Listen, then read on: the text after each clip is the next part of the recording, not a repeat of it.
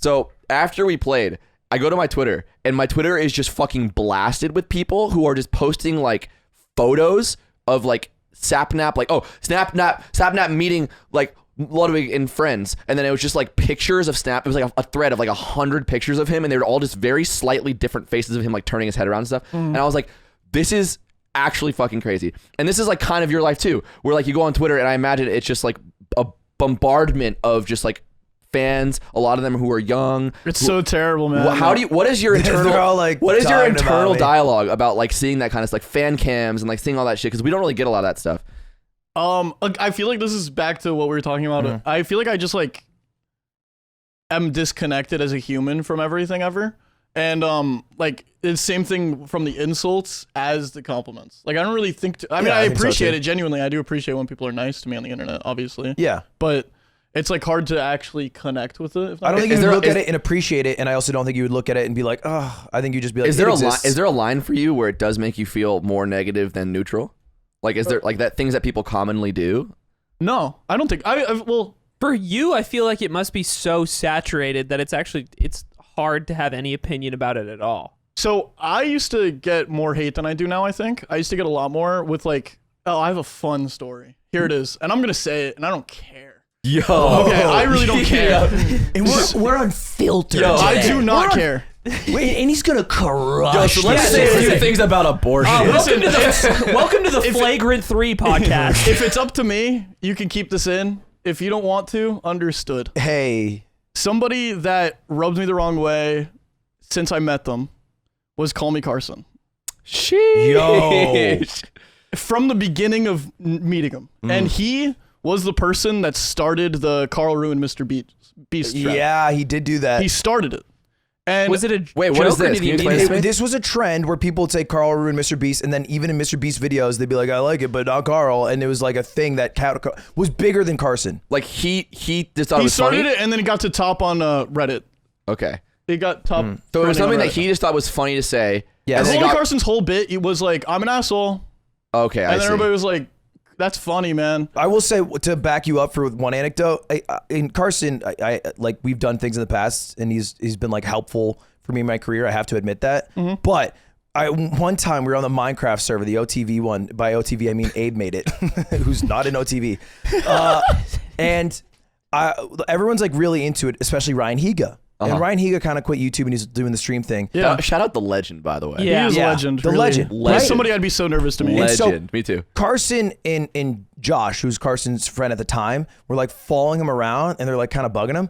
And they started doing this bit, in quotes, where they were just singing Nice Guys Finish Last in front of him for like 10 minutes.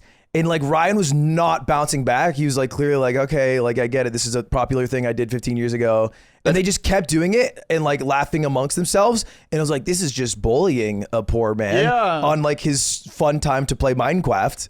And I was like, and I was live, and I was like, this is too awkward. And I just left. Yeah, I've hot takes out the wazoo with this kind of stuff. The babies who had iPads are just adults now. Yeah, it is that. Yeah, Really. actually. And the same dude, the same thing applies to like him at the time was very critical, and him and that whole group was pretty critical on like Dream SMP stands and stuff like that. But like what they didn't grasp is that they also had stands that were just a little bit edgier and 2 years older. You know what I mean? That's Yeah. it. And I don't care to hear an argument. That is just the truth. You know what I mean? And like they were like, oh, like you're feeding into your stand base. And I'm like, okay, but you tweeting that, and then a bunch of people with your profile pictures like so fucking true, like you're so right. Same exact thing. I don't care. You know what I mean? Yeah. Except more toxic. I mean, there are Filthy Frank stands too, but it's cooler to have stands when they're older. Exactly. I feel like people like that don't recognize that like when you have an enormous fan base, they don't have their like, and they're young, they don't have their own opinions. They are an echo chamber for your opinions, because they are ultimately what a lot of stands are attempting to do is connect to a community of people. Yeah. And so if the general community consensus is we hate this guy, they're just going to say, oh yeah, I fucking hate that guy because that's what connects me to my community. And I not to make it too much of like a, not political, but like a controversial thing. I think it's so easy to shit on people when their stands are young girls. You know what I mean? Because I feel like that's like I wish Lime was here so bad. no, like young girls That'd be tight. they can't get a break ever on the internet, to be honest. So it's like so easy when that group comes in, because I was like, okay, but you have the same stands, but they're guys that play the trumpet and say gamer words. You know what I mean? Yeah. That's just the truth. What I hate. That is the funniest roast I've ever heard. The only thing Your friends have trombones at home. the only thing that saves Slime on this is that he resents the people that are fans of him as well. Yes. Really? Yeah, Yeah. he has vitriol towards everyone. He hates fan culture at every level, even his own. Yeah. Anyone who consumes it further than just like, I enjoyed this and I will move on with Which my I'll life, say I he respect hates. him for, even if I don't. Yeah. Feel, I don't feel the same way. I think people have different definitions of the word stan. I feel like stan used to mean a little bit worse of a thing, right? Well, yeah, Stan was a fucking Eminem song. He's a murderer. Right? Like stan is like more. But didn't that used to be I would stalker never, fan? I Isn't would that what never. that Yeah, I would well, never get that- on a show with Carl Jacobs and negatively define Stan.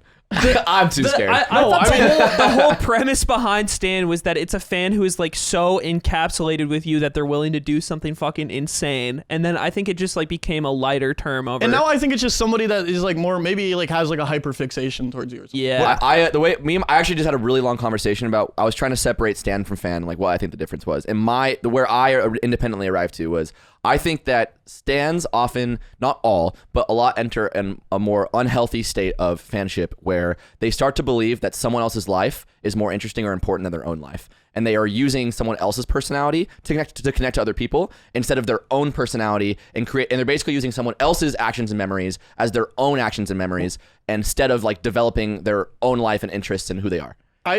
If that's your definition of stan, though, I feel like a lot of what people consider stans of me aren't stans. Then you know what I mean? I would agree with that. I would say, Yeah, that's what I'm saying. Like, I think everybody has different like Sure. definitions of stan. I think like, it's a preteen teen thing too, and then you grow out of that. 100%. I think like I don't think a preteen stan teen. is like something that you're born in and you die as. I think it's just like a thing you go through, especially as a young person, when you're just like trying to feel connected and accepted in the world. Dude, and you find people who think you're interesting and cool and you like the same stuff. You have the same profile pictures. I think it's like, to be fair, I think the way that people can be a fan of me or a stan of me or whatever, like I feel like I've been the same way. Maybe not even for humans, but like I hyper, like you saw my Survivor shrine that I have in my house. You know what I mean? Like you guys are Yeah. into Smash as you Dude, are. we were freaking out over Psychonauts together. Yeah, that's what I'm saying. Like Yeah. I feel like it's the same thing. I don't think there's any difference. I to me. think what I hate is because to me stans are the same as like even juicers. Like XQCL's fans, juicers are just kind of stans They in a are way. stans. Let's Yeah, say. It's the same idea. It's a way for like 16 to 18-year-old boys to like act like they're doing something different, but really they're doing the same shit. And if we imagine every creator as like a kingdom on a risk board, and then all of your fans are like little warriors, I think some kingdoms are better at like making sure everyone stays in the borders. Yeah. It doesn't go fuck off. And I think XQC is one of the worst at this because he will let like his chat Pepe pains me to death and make fun of Miz and make fun of Hassan all day. Yeah. Because I mean they all just come back to him at the end of the day. And I think like a lot of people, like specifically Minecrafters, don't take responsibility for like a lot of the fucked ones. And it's very small, but it's like it's easier to just be like, I won't fuck with any of them, and I won't like chastise any of them. Yeah. And I'll just do. I'm gonna say it. I think I'm good at it. You could be good at it. Because I've gone on record and I've said, if you hate on anybody, don't have me as your profile picture. Right. I never condone it. You know what I mean? I even if it's my philosophy on the internet, just 100%. My rule of thumb is if you're a creator, why are you getting into beef with other creators? It doesn't even make sense. You know what I mean? Just do your thing, make your money. It's the fast route and just to attention. It's so boring. it's It's lazy. embarrassing. All of the engagement that you get from it is negative engagement that's going to be fleeting. It's so cringe to me when people have such stupid fucking beef on the internet with other creators, or even just talk shit or make jokes about other creators. I'm like, bro, just stream, play video games, and just make your own fucking money. You know what I mean? Or Like, create something. Like, or just do have something the attention cool. you Like, or you know the, what I the mean? growth you have come from things you make, not from ways you tear down other people. It is just, it's like embarrassing. I don't know. They're to also me. powerful stands. What do you mean? There's like because it starts like in a way it's like you tweet a word and then people look up that word and they follow each other and you get mutuals and then eventually you get enough mutuals that you are a figurehead in that whatever like subsect culture and you are like that figurehead can like say things. And so like a couple times with me, like one time I quoted a Prezzo tweet which says Schlatt's the only good racist. And I said on stream Schlatt's the only good Dude, that is fucking racist. such a good fucking And then I tweet. said after it, as Prezzo said, but then like they just clipped the first part and I got a text from my friend from high school. His name's Evan. He's a total fucking normie. And he goes, dude, I'm at this party in New Mexico and they're saying you're racist. And it was like that week. I was like, what are you fucking? Yeah, that's And power. you wouldn't have cared unless it was New Mexico. I wouldn't have cared if it wasn't New Mexico. Albuquerque's my town. And so I went on stream and I talked about it, and then I got double dunked because there's like, oh, you doxed the person who tweeted that out and started that. And I was like, bro, it has like a couple thousand likes. Yeah. And it's on a public Twitter account. I feel like that's not what doxing is. And That isn't what doxing is. no, but it's like it's something where like you just can't engage, and that's what I've learned. It's Because like, your audience just dogpiles it? yeah, even if I feel justified and they were dumb, Yeah. I just cannot engage it, which is like You kind of kind what of just I have did. to hope that you set an example for the smart people and they will outnumber the dumb Yes, people. and so I'll speak of Yeah. it vaguely, and that's what I did Yeah. on like the last MCC thing, where everyone's like, Ludwig's homophobic, and I was like, bro, how many more guys I got to kiss to not be homophobic? That's the I have a black friend of I had the of not trans being flag in my homophobic. room, and I've kissed 4 men this month. I'm just a token to you. You just use me. You kissed me on the yeah, lips I- after Mogul Money Live. You ran up to me and kissed me with the wettest lips of all time. did that. in front of Cutie. Yeah. Yeah, I don't think there's anything inherently wrong with being a big fan of something, so long as it's not taking away or like an avenue to ignore like developing who you are and focusing on like your own content Yeah, stuff. I think it all leans back to I really do think as long as you're not disrupting anybody else, then who cares? Like that's my opinion. Like- if like you somebody saying- wants to be the biggest Sapnap fan of all time, that's so cringe.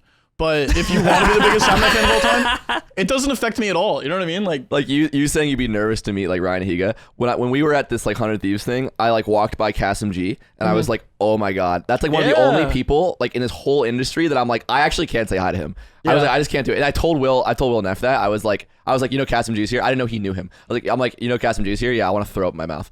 And he was like, "No, come with me. I'm introducing you." And he grabs me by the wrist. I'm like, I literally won't go. That's I'm gonna me throw with up. Fiona And Nova I from went G4. over and he introduced me. I had a really good conversation with Kasim G, and I was just like, I want to puke. Like one of the big reasons when I was like fucking 12 years old, 13 years old, how young I was when I wanted to be a YouTuber, I was like one of the big people I would always watch, watching California On and You got like me into going porn. deep. Yeah, got me into Good for you. me Yeah. into some interesting porn He's stars. big. Yeah, Yeah. legend, hood legend. You said Fiona who? Fiona Nova also from G4, and then Yeah. also my biggest one is probably Jerma. I will never be able to meet Jerma. You never met him? Oh my No. god, I met German and freaked out. I feel like I'd freak out. He's I really, coming this week.